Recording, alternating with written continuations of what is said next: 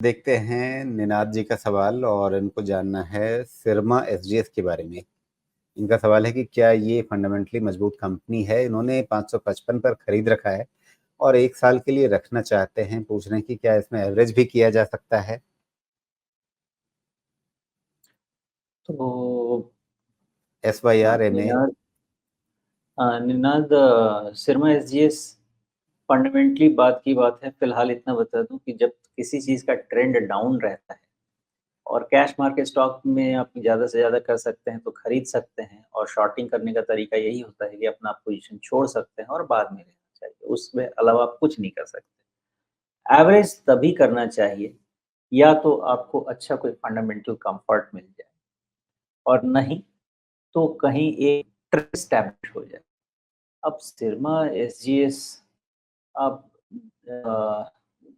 Valuation देखने जाएँगे, तो इस वैल्यूएशन पे एवरेजिंग कहाँ से कोई करना चाहेगा? मैं तो नहीं करना चाहूँगा, बहुत ज़्यादा महँगा है इस लेवल पे। पहली चीज़ कि इसमें इन्वेस्टमेंट ही नहीं करना चाहिए, तो कोई ज़्यादा बेहतर चीज़ आपको चुननी चाहिए, मुझे ऐसा लगता है। और इसमें कोई एवरेजिंग नहीं करनी चाहिए जब तक एक अच्छा बेस बन के जो डाउन ट्रेंड प्राइमरी स्ट्रक्चर का ब्रेकडाउन है, सेकेंडरी तो छोड़ ही दीजिए, प्राइमरी स्ट्रक्चर का ब्रेकडाउन है, और वो ब्रेकडाउन सबसे ज़्यादा खराब होगा 430 के नीचे, उसके पहले नहीं होगा। बाकी इसमें रिट्रेसमेंट वगैरह भी इतनी जल्दी स्टडी किया जाना बहुत क्लैरिटी तो नहीं आएगी, लेकिन एक जस्ट कर्सरी देख लेते हैं। हाँ, ठीक, अचानक से देखिए ये है कि वहाँ पे चश्मा अपने आप पहुँच गया, तो 62% रिट्रेसमेंट करीब-करीब 420-25 के रेंज में आ रहा है। तो थोड़ा डेविएशन हो सकता है 400 के आसपास तक का, उसके पहले इसको सिर्फ वॉच करना चाहिए प्राइमरी ट्रेंड ब्रेकडाउन के बाद, जब तक ट्रेंड रीएस्टैब्लिश बुलिश नहीं हो जाता है, तब तक कुछ करना नहीं चाहिए, मुझे ऐसा लगता है।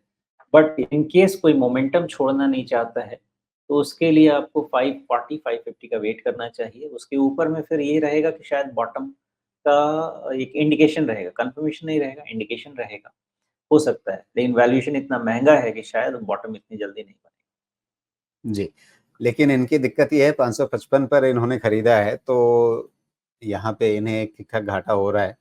तो ऐसे में इनके मन में सवाल आ रहा है कि भई क्या करें? निकल जाएँ इतना घाटा लेकर के या थोड़ा एवरेज करें, 1 साल और दे दें इसे, क्या बेहतर रहेगा?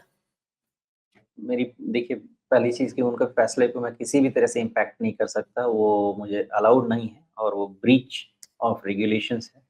मेरे हिसाब से हम यहाँ पे जब आते हैं ना इन्वेस्टमेंट या ट्रेड करने, तो हम उम्मीद आशा से नहीं आते हैं, हम एक मेथड से आते हैं। मेथड फेल हो गया, निकल जाइए, फिर दूसरी चीज़ तलाश कीजिए। इसका मेथड मुझे क्या अभी बताऊँ, ये मेथड मुझे लगता है फेल हो चुका है। और कोई भी पोज़ीशन बुलिश वाला पोज़ीशन मुझे नहीं लगता 550 575 के पहले रीइंस्टेट किया जा सकता है। तो अगर मैं अपने ट्रेड को यहाँ पे लगाने की कोशिश करूँ, तो प्राइमरी स्ट्रक्चर जब तक नेगेट नहीं होगा, इसमें पोज़ीशन ना रखना चाहिए, ना बनाना चाहिए। लेकिन 550 575 निकल गया तो शायद करेक्शन कंप्लीट भी बताएगा, लेकिन फिर वहाँ पे आपको वैल्यूएशन तकलीफ देगा, वैल्यूएशन बहुत।